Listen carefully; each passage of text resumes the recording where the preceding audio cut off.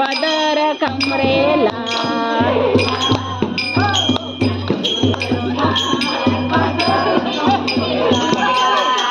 बाजाराला जाण्याची मला बाई घाई काम धंदा सुचत नाही